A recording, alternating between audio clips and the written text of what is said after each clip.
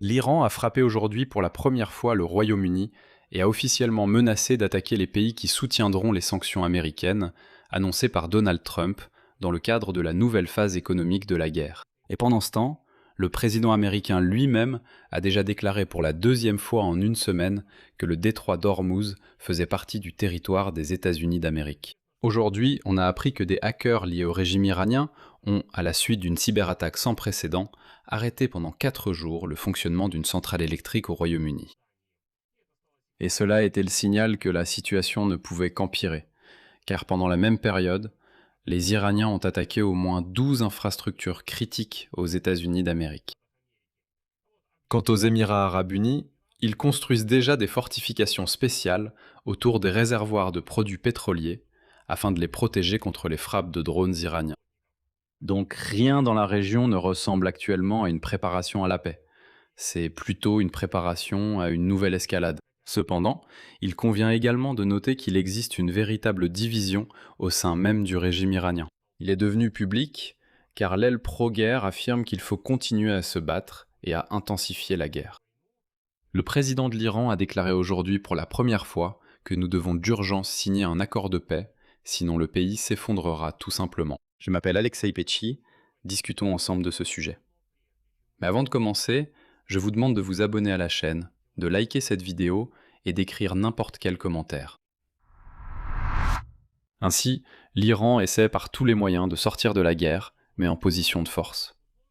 Mais cela ne signifie pas que Téhéran est prêt à arrêter les hostilités. Le nouveau chef du Conseil suprême de la sécurité nationale d'Iran, Mohsen Rizai, un partisan de la ligne dure, a menacé les voisins de Téhéran de conséquences s'ils rejoignent la nouvelle campagne des États-Unis visant à saper l'économie iranienne. Il a également accusé les États-Unis d'aggraver l'instabilité nucléaire mondiale en raison de la guerre qui dure depuis plusieurs mois. Selon Rezaï, l'Iran ciblera ses frappes sur les routes de transport du pétrole depuis le golfe Persique, alternative au détroit d'Ormuz, si les pays voisins rejoignent la guerre économique des États-Unis contre l'Iran. Téhéran considérera ces pays comme ses ennemis. Il s'agit principalement du détroit de Bab el-Mandeb, en mer Rouge, ainsi que du fait que les États-Unis ont tout de même réussi à rétablir partiellement les livraisons de pétrole depuis le golfe Persique. En particulier, il est rapporté que les volumes ont déjà atteint environ la moitié de ceux d'avant la guerre. Et comment cela se passe-t-il ? La nuit, sous escorte militaire américaine, le long des côtes d'Oman, les pétroliers entrent et sortent par le détroit d'Ormuz. Riza Rizaï a souligné que des négociations se poursuivent avec ce même Oman, situé de l'autre côté du détroit, concernant la gestion de cette voie navigable. L'Iran a pris le contrôle du détroit d'Ormuz, considéré comme une voie navigable internationale, peu après l'attaque des États-Unis et d'Israël le 28 février. Téhéran souhaite instaurer des frais pour le passage des navires par ce détroit. Et voilà que Riza Rizaï a promis d'apporter des changements, également à la diplomatie iranienne, et d'utiliser de nouvelles opportunités, comme il l'a dit, lors de la prochaine guerre. Autrement dit, il ne veut pas s'arrêter. Il a averti les États-Unis qu'il n'était pas judicieux d'envoyer du personnel militaire supplémentaire dans la région et a déclaré que les États-Unis avaient aggravé l'instabilité nucléaire. Puisque d'autres pays voient que la participation aux activités internationales de surveillance, comme l'a fait l'Iran, ne garantit pas la protection contre une attaque. Eh bien ici, il y a une allusion au fait que, vous voyez, nous avons laissé entrer les inspecteurs de l'AIEA. Ils venaient, vérifiaient, soi-disant confirmaient que nous ne préparions pas de bombes nucléaires, mais on nous a quand même attaqués. En conséquence, la prochaine fois, d'autres pays se demanderont s'il vaut la peine de laisser entrer des inspecteurs, si cela ne mène de toute façon à rien. Je tiens à souligner que le guide suprême de l'Iran a nommé Rizaï au poste de chef du Conseil suprême de la sécurité nationale ce mois-ci même, dans le cadre d'une série de nominations. Ce qui témoigne de la fermeté de la position politique et militaire de Téhéran. Pendant ce temps, les diplomates égyptiens et iraniens continuent de discuter de la possibilité d'un retour de Téhéran et de Washington à la table des négociations. Le ministre des Affaires étrangères iranien Abbas Araghchi a informé le chef de la diplomatie égyptienne, Badr Abdel Hatti, de, je cite, « la vision de l'Iran sur la situation actuelle et les défis qui y sont liés lors des négociations ». Donc cela signifie qu'Araghchi laisse entendre qu'il ne serait pas contre un retour aux négociations. De plus, Araghchi a eu une conversation téléphonique avec le commandant en chef de l'armée pakistanaise, Hassim Munir, et en fait, lui a demandé d'essayer de faire passer le message à Trump pour qu'il revienne à la table des négociations. La semaine dernière, je rappelle, le président américain Donald Trump a promis d'accroître la pression sur l'Iran avec des sanctions sans précédent dans le but d'isoler économiquement Téhéran. Washington prévoit de dévoiler les détails des nouvelles mesures de sanctions lundi 24 août. Le ministère américain des Finances a déjà annoncé qu'il s'agirait de sanctions d'une ampleur sans précédent dans l'histoire qui feront certainement s'effondrer l'économie iranienne. Cependant, les analystes rappellent que l'Iran vit sous sanctions depuis de nombreuses années, même sans résistance de la part d'autres pays. Il existe des doutes quant à la possibilité même de renforcer avec succès la campagne de pression économique menée par les États-Unis. De plus, les analystes avertissent également qu'il n'est pas certain que les États-Unis puissent complètement rompre les liens commerciaux de l'Iran avec les pays voisins, qui existent depuis de nombreuses générations grâce à la proximité géographique de l'Allemagne. Malgré le ministère des Finances, dans ces pays, cela dépendra des détails de la politique américaine et de son niveau de mise en œuvre. Pour l'instant, il ne s'agit que de menaces publiques générales, mais il est peu probable qu'elles donnent un quelconque résultat. Des actions concrètes contre une banque étrangère ou une entreprise étrangère sont nécessaires, qui travaillent avec des Iraniens, afin que les pays tiers voient concrètement et comprennent ce que l'administration Trump est réellement prête à cibler. Ici, les analystes disent que ce ne serait pas une mauvaise idée, par exemple, d'imposer des sanctions contre une raffinerie de pétrole en Chine, qui continue de raffiner précisément le pétrole iranien, et contre une seule banque chinoise, qui aide à effectuer les paiements pour ce même pétrole. Et alors il deviendra clair qu'il vaut mieux ne pas jouer à ce jeu, qu'il vaut vraiment mieux cesser toute coopération avec l'Iran. Pour l'instant, ce ne sont que des menaces.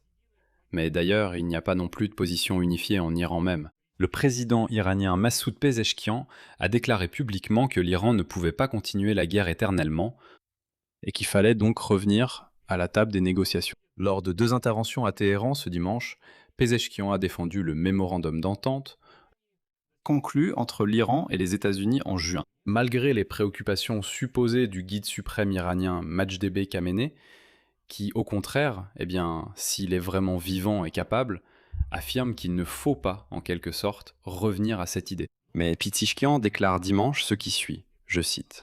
« Un jour, il faudra prendre une décision qui sauvera le pays de cet état où l'on n'est ni en guerre ni en paix.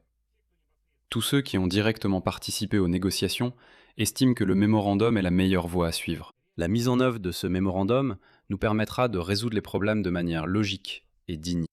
Le président de l'Iran a à plusieurs reprises mis en garde contre les conséquences économiques et sociales du conflit avec les États-Unis, ce qui a parfois conduit à des désaccords avec les membres les plus radicaux de la direction du pays. Une autre citation de Pezeshkian, « Nous devons être du côté du peuple. Si nous ne pouvons pas le servir et le convaincre que nous appartenons tous à une seule terre et à un seul pays, alors même avec la plus grande puissance militaire, nous subirons une défaite. » De plus, un autre point intéressant est apparu ici, qui indique une véritable division. Parce qu'une position similaire à celle de Pezeshkian, a également été soutenue par l'ayatollah Saïd Hassan Khomeini.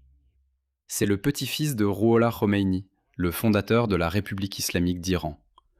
Il a déclaré, je cite, « Parfois, un compromis sage peut apporter plus de bénéfices que des centaines de guerres. » Et les commentateurs notent une discussion croissante parmi la direction sur la manière de résoudre le conflit avec les États-Unis. Certains suggèrent que l'Iran devrait négocier à partir d'une position de force avant que la crise économique ne s'aggrave davantage.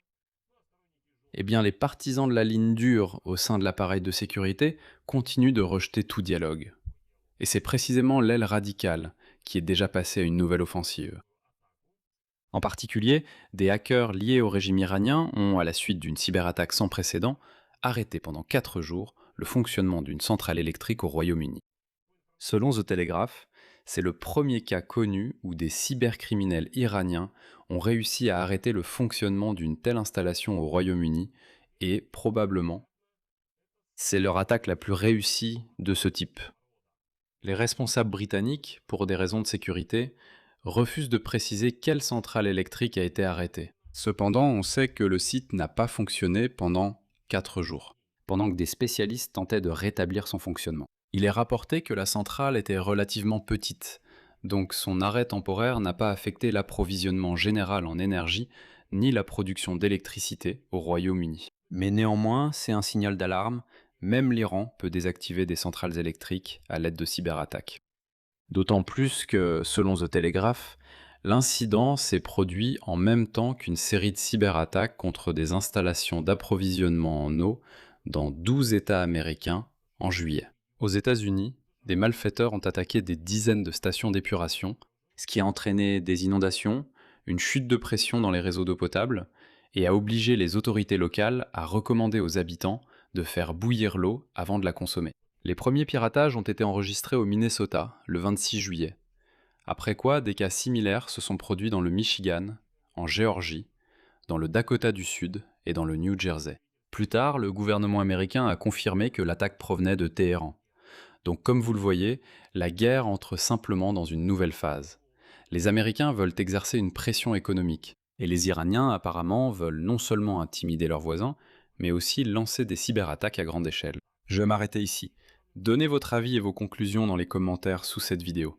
Abonnez-vous à la chaîne, cliquez sur la cloche, et n'oubliez pas de mettre un like. C'est tout pour aujourd'hui, prenez soin de vous, à bientôt à tous.